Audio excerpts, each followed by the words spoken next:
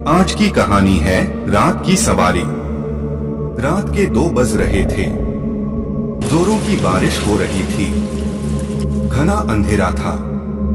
बादल रह रहकर गरज रहे थे। थोड़ी थोड़ी देर पर बिजली चमकती तो आसपास की चीजें दिखाई पड़ती थीं, अन्यथा हाथ को हाथ दिखना भी मुश्किल लग रहा था। झारखंड के घाटशिला स्टेशन के बाहर रामदीन अपना ऑटो लगाए सवारी का इंतजार कर रहा था। इस मौसम में सवारी मिलने की भी उम्मीद कम थी, फिर भी हो सकता था कुछ देर बाद आने वाली ट्रेन से कोई सवारी आ जाए।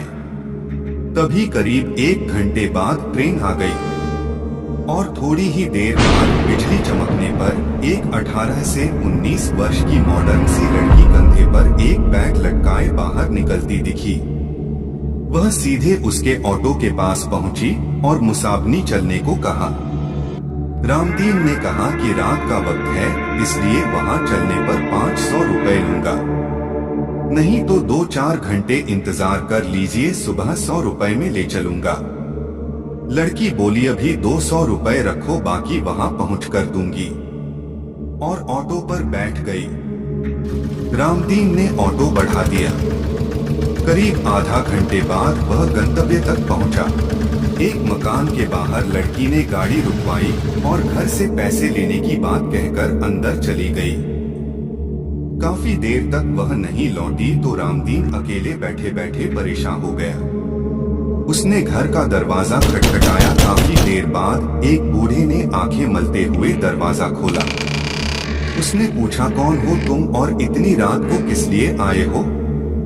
रामदीन बोला, जो मैम साहब थोड़ी देर पहले आई हैं, उन्होंने मेरा पूरा भाड़ा नहीं दिया है। बूढ़े ने आश्चर्य से उसकी ओर देखा। बोला, यहाँ तो कोई मैम साहब नहीं रहती, मैं अकेला रहता हूँ। रामदीन की नजर एक फोटो पर पड़ी। उसने कहा, यही मैम साहब तो आई थी, मैं उन्हें ही तो स्टेशन से लेकर आया हूँ। बूढ़े ने उसे आश्चर्य से देखा, फिर बोला, इस लड़की को मरे 8 साल हो गए, देखो फोटो पर माला डाला हुआ है, ये मेरी पोती थी, ये कैसे आ सकती है? रामदीन के होश उड़ गए।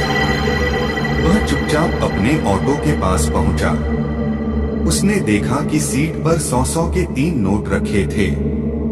उसने नोट जेब में रखा और वहां से बेतहाशा भागा। उस दिन से उसने रात में ऑटो चलाना छोड़ दिया।